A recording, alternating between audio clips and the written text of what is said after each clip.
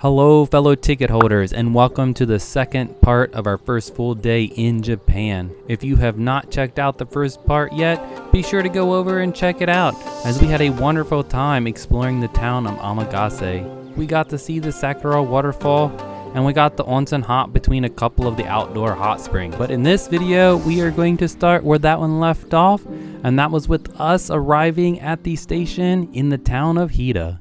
And we have arrived at Hita Station, but we do not have time to see the stuff here at the station right now because we got to go pick up a rental car. Though Vanessa is going to take a peek at Levi real quick, so we will look at the Levi statue, but we'll have to get a better shot later. But look at that, how cool is that? He's shorter in person. But yeah, as I just said, we need to go catch a rental car because yeah, I'm going to drive. We have to take a car to go see the other locations, and this is going to be interesting. So let's go across town here and pick up the rental car. And here we are. We have made it to the Times rental car, and I don't know if that's going to be our little box right here or if that Toyota right there is going to be ours, or I guess it's a Nissan. Guess we'll find out here momentarily. Alright, after a little bit of confusion at the rental car company, we have our rental car. So let's make our way over to Oyama Dam.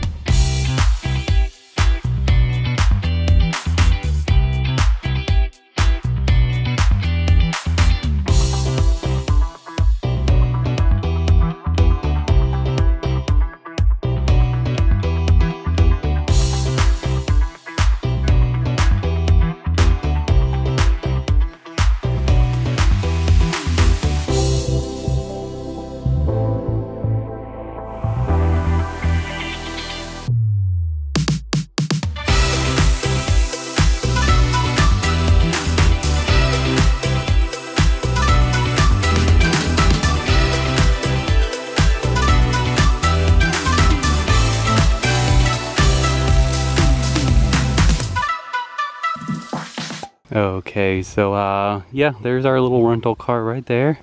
Little Nissan something or other. So we have successfully made it, fortunately, unfortunately, let's just say fortunately, let's stay positive, to the top of the dam first, not to where the statue is, and we will look down, and then we will work our way back down to the bottom of the dam. And here we are on the right side of the dam, so this is where the water is being held back, and look how gorgeous these trees in the mountains are. So amazing.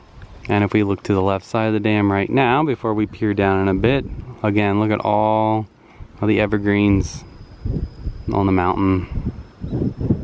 And if we just peer down over the edge of the dam here, a little anticlimactic because it doesn't go down the wall like a normal dam. They have it going through, I'm assuming probably power plant or something. It comes out down there, but where we're trying to get to is where there's people down here taking pictures in their scout outfits. You got Armin, Eren, and Mikasa, the statue down there, which again, someone's taking their picture with their scout vest on. But we will make our way down there in a second. I'm just gonna take in this gorgeousness really quick.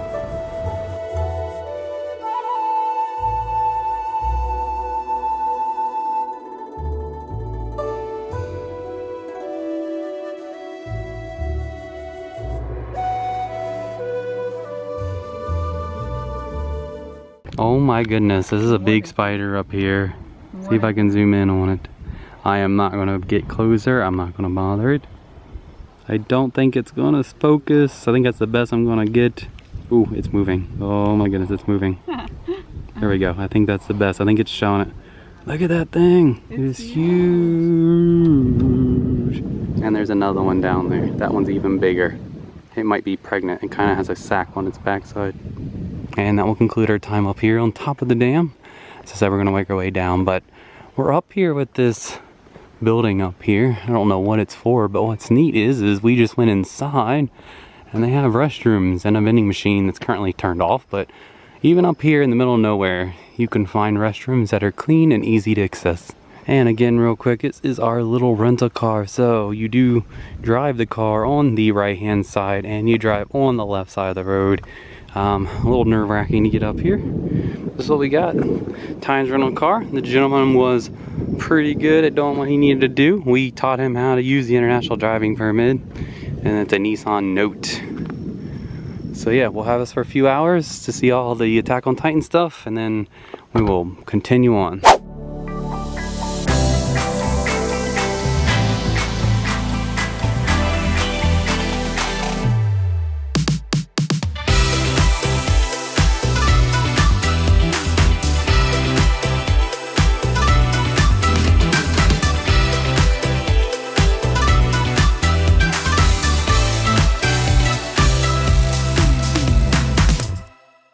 And here we are, we have made it to the base of the dam, and here we are looking up at it. But look how pretty of a river the dam makes as it comes down here on this other end.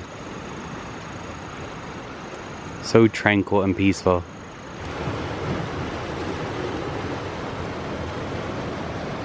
And here are their commemorative scout banners that say "Attack on Hita." It is worth the hike.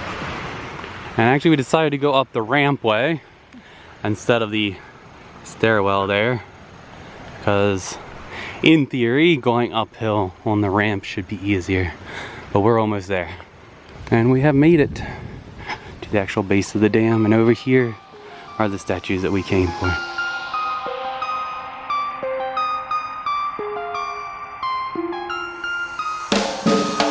Attack on Titan was created by Hajime Isayama, who was born and raised in Hita, Japan, as part of a project to celebrate 10 years of publication for the Attack on Titan's manga. A crowd-funded project was organized by volunteers from Hita City. Stage 1 of this crowdfunding project was the erection of this bronze statue of young Eren, Mikasa, and Armin looking up at Oyama Dam. Imagine Oyama Dam as Wall Maria. This statue recreates the opening scene in which Titans first attack. And earlier we were just right up there on the other side of that pillar, and I was showing coming down the wall again, anticlimactic, because it goes through the distribution center here now and comes out down here at the bottom to go right into that river. And to just make the full circle, we're going to go down the stairs that we opted out of not coming up, though it's going to be easier. But down to the bottom we go. So that was just absolutely incredible. The dam on its own, as you could see, was absolutely gorgeous. We're surrounded by mountains, which is why Isayama, the creator of Attack on Titan, one of my favorite animes, this was his hometown, and he took the inspiration for the manga because of these beautiful mountains. In an interview, he said he felt secluded, and just like Armin, Mikasa, and Eren, they just wanted to see if there was anything else outside of their world. This town is so small and compact that this is where he got the inspiration from. And a few years ago they erected those statues to bring more tourism into Hita. I am privileged to say that I have come and been able to travel across the world to see this, and I am incredibly grateful, and it is so beautiful out here. I can't even put it into words. It's just so beautiful.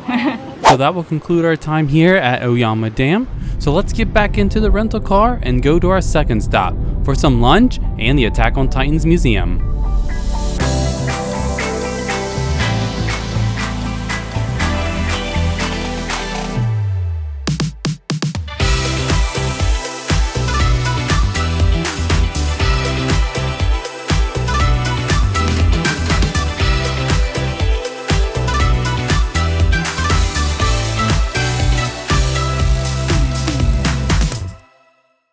It is time for lunch. We're going to go here to this Yakisoba place.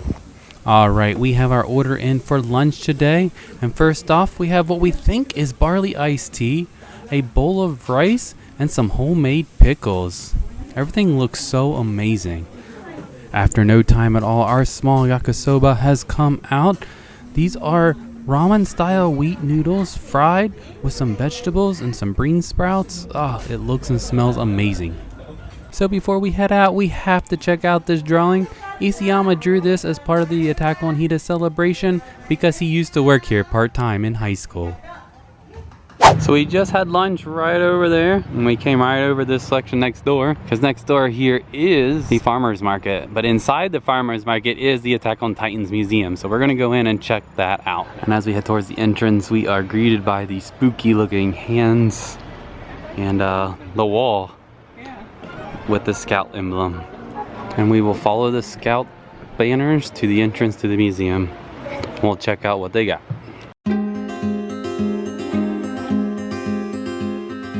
In 2021, the town of Hita opened the Museum of Attack on Titan, with the hope it would bring tourism to the town from the popularity of the manga. With an eclectic collection of sketches, drawings, and models, the Attack on Titan Museum is a must-see for Attack on Titan fans.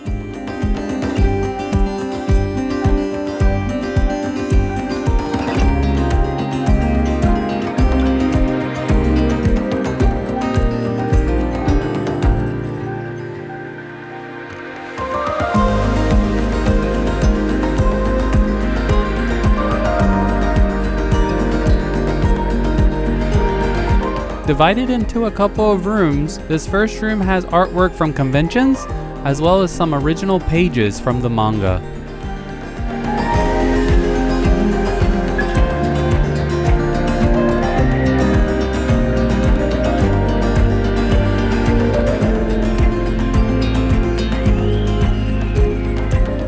And in the second room, a replica of the desk used by the animators.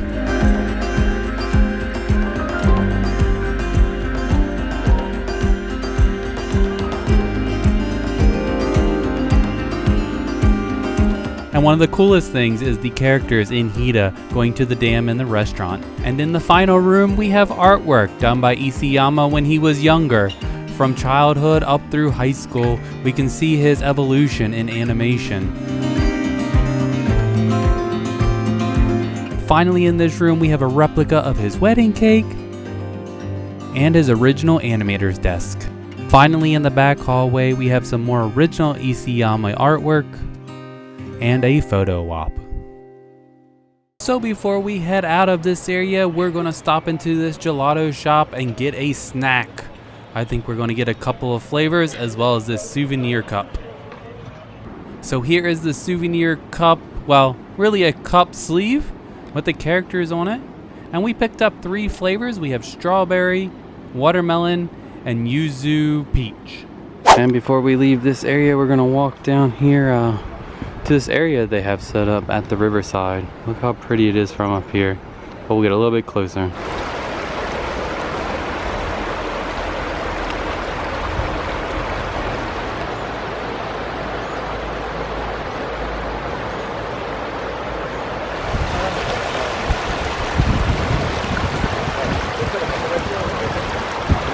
So that will conclude our time here at the Attack on Titans Museum, as well as this little area here. So we'll just do a quick recap of everything we did, because we kind of just kept moving quickly. So right behind us is the Yakisoba noodle place. Isayama actually worked there at that location. So they definitely are celebrating like the rest of the town, the Attack on Titan things, and that's really kind of our first full real meal here in Japan. Yeah, I have more to come on that, but I've had a lot of nerves for this trip and I haven't have had an appetite. I've been eating what I can, of course, and keeping hydrated, but I really haven't had an appetite until today.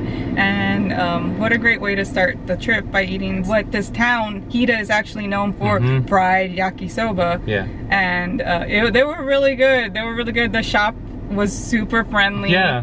Very friendly to us. We looked ahead of time to see what we wanted to get, and we just pointed, and she was like, "Yep, no problem." And so it was really cool eating with the locals, because nothing but locals there.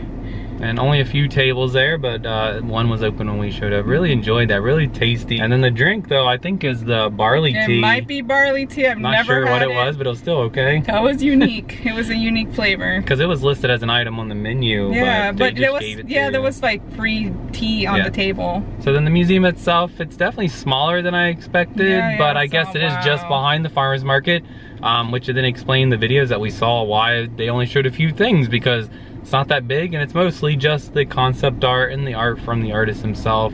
I never saw the room with the new desks. We always saw the one with his original desk, but that seemed to be a new... Yeah, it's a new exhibit. I think when he went to France to promote Attack on Titan, they brought some of the items that were shown over there in France, I believe. And it's limited time only. It's like 17 never before seen pictures, and I believe they brought over the desk. Yeah, I'm glad I got to catch that, because all previous videos before, it was just the simple everyday stuff that he's brought to the town of Hita. Yes. It was great finally being able to see original artwork from him, and it just brought so much joy to my heart. And then when we were done, we went ahead and got some dessert for today, and the gelato was really good. I really liked the watermelon. Tasted so refreshing. Yeah, it was no preservatives, no colors, no dyes and whatnot. Everything was fresh. It was so good. It's from an Italian guy that moved to Japan, but it was so good. I'm so glad. I'm so glad it was open. So I'll conclude this section here in this part of the town. There is another Attack on Titans museum that just recently opened up over at the Sapporo Brewing. We were going to go do that, but due to the fact that we were delayed with getting the rental car because the guy was new at his job and didn't know how to take care of the international driving permit. He even had like the papers and whatnot. But he did his best and he got us situated.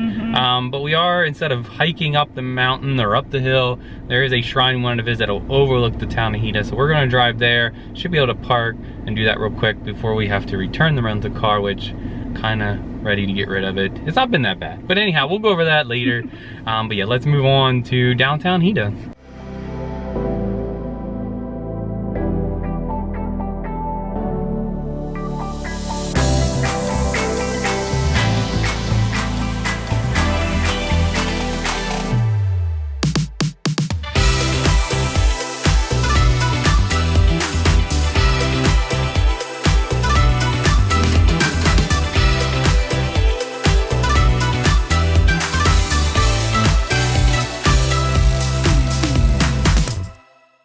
So I thought we would park at the top, but apparently we still park at the bottom. But we'll make our way to the top of the hill here. This is Hinokuma Shrine Park. And we're gonna make our way under our first torii gate here. Make our way up to the top of the mountain. Well, hill, it's not really a mountain.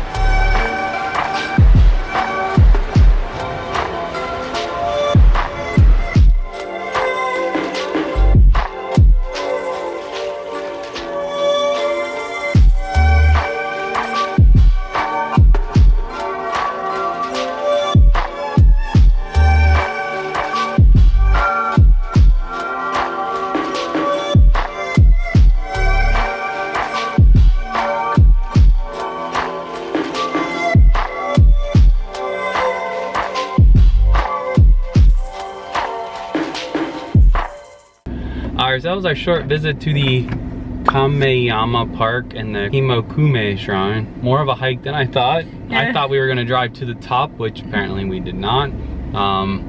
But it's also a larger park than I expected. Very serene, very peaceful, tranquil up there. A lot of locals with their kids playing and whatnot. Also thought we'd be able to see the city from up there, but we could not. But yeah, definitely our first shrine, and we will see. Definitely not our last. So we'll see over here, but definitely really nice. Very beautiful. So at this point, we're just gonna drop the car off. It is almost 5 o'clock. It's 4:11, so I gotta go get gas and then drop it off. Don't want to wig the guy out right at 5 o'clock because I don't know what he has to do to check us out. So we'll do that, and then we'll continue on with our day here in Hita. And we have dropped off the car successfully. We have made it back to Hita Station. And what is a cool photo spot for the train station is you can be the eye, like Vanessa is demonstrating right now. Be a happy eye, jump up and down. Alright. And not only is the Hita Station ready for their cycling that's getting ready to happen here, Tour de Kyushu, they also are ready for Halloween. Look at how cute these decorations are. Just some classic buckets, and I like this ghost one here. It says boo, and right next to it there's one say Halloween. But yeah, it definitely started to celebrate Halloween here in Japan.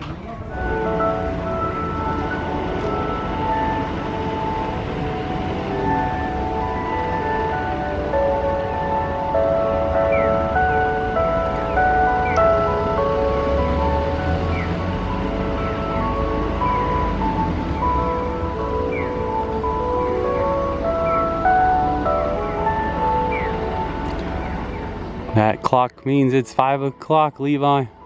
That means the town of Hita is shutting down. And make the announcement to everybody. They did that at noon as well. Here in the train station it's a really pretty station, but these are made out of the wood, which is known for here in Hita. And they got like, looks kind of like a bird print on this one. We have umbrellas on this one here with a peacock, maybe? Or am I seeing things? Like little rain droplets over on this one. But yeah, really pretty train station here. Alright, while we're waiting for our train to go back to Fukuoka, I did Google Translate on both of these, and the one with the orange dot is actually pumpkin, so it is seasonal.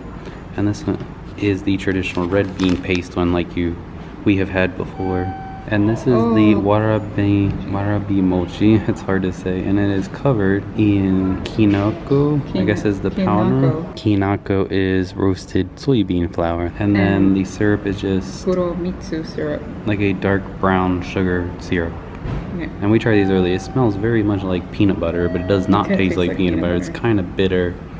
But then the syrup gives it a sweet flavoring. It's okay. And if you happen to not remember, we picked these up there at the sweet shop in Amagase. As we wait for the Yufuin No Mori train to come on track 1 here at Hita Station, we have one last Attack on Titan thing here. And got Levi here with the big sandals.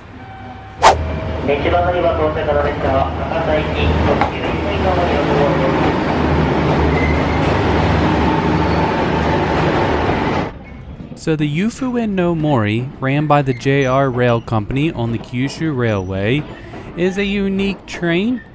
With its classic look and hardwood floorings, this train runs between Fukuoka at Hita Station all the way to Beppu. So it is late, so I'm going to do a quick room tour here at the Tokyu. So we're going to start here at the door.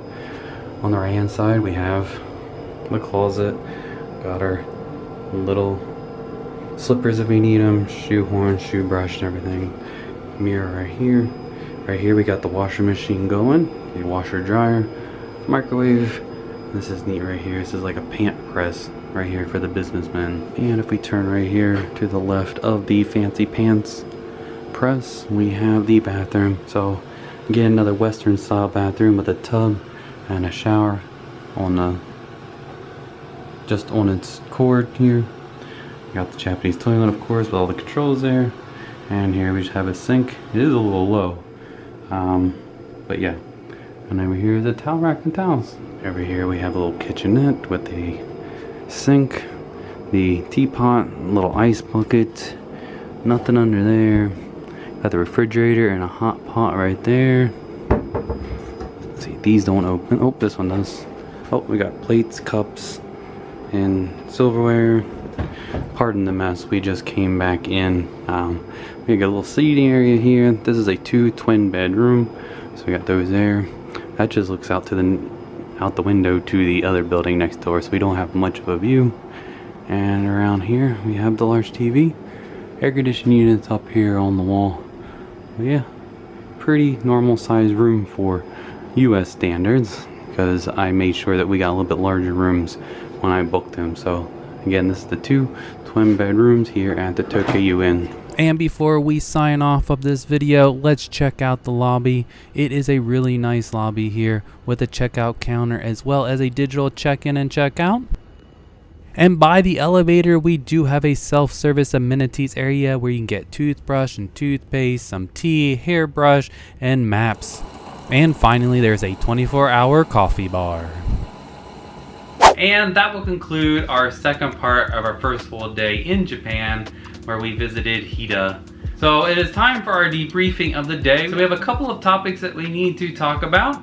And the first one would be the whole driving experience. So as we touched in the video, we did have a little bit of problems at the rental company, but that got all situated and figured out. It did take about an hour to do so, but I am glad it actually worked out so we could stop at all these different locations all over the town. During the summer though, they were running a bus, a shuttle bus between the different spots, which I wish they were doing when we were there, but they were only running it on the weekends, and this was a Monday. So that's something to look out for, is to go check out the website, and if they're running a shuttle bus, you might have a little bit of better luck than we did with the rental car.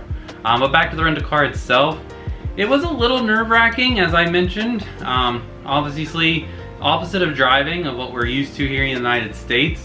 And actually all the controls are opposite on the car as well. So in a couple shots, you'll see the windshield wipers go, and that's because I was trying to turn the turn signal on and I was turning the wipers on. But overall, it wasn't a bad experience. I only went on the wrong side of the road once, and when we were done fueling up with gasoline. So when I came out of the gas station, we were trying to figure out which way to go to return the car, and I got into the wrong lane.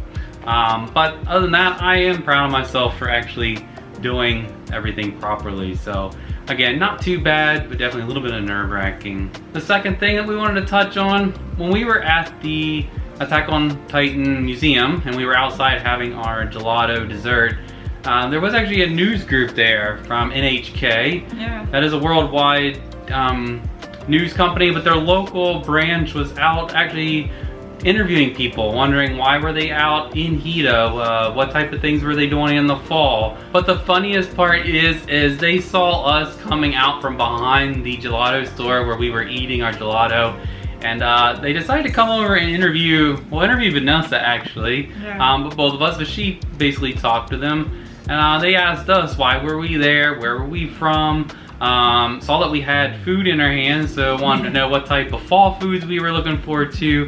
And we kind of had to let them know that that was our real first day. Yeah. So we told them what we were looking forward to as our trip went along. Yeah, I was looking forward to all the chestnut flavored items, because in Japan, chestnut is huge during the autumn season there. But yeah, it was really cool, and one real neat thing is the microphone they had. Yeah, they were little, like, you know, Japan's full of kawaii. Every single thing in Japan has a mascot. There was even a flyer that we found with a local garden area that had mascots for each of the flowers that they showcase there, and it's awesome. Well, yeah, so these two little adorable were the spirit of onsen, because Hita is part of the region of Oita, which is one of the top 3 places for hot springs in Japan.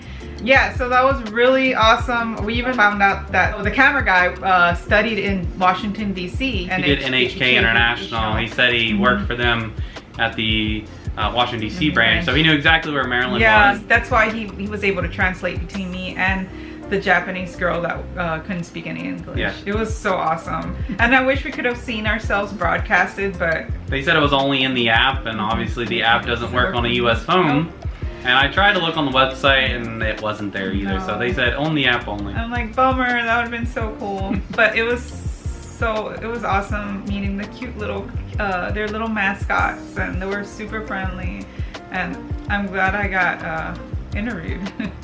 Yeah, so that was definitely an interesting situation. So I guess the last thing we'll touch on is what you mentioned very briefly when we were kind of talking about everything in that area about nerves and whatnot, about being first time in Japan. So okay, well, I had brought up nerves while we were talking in the car.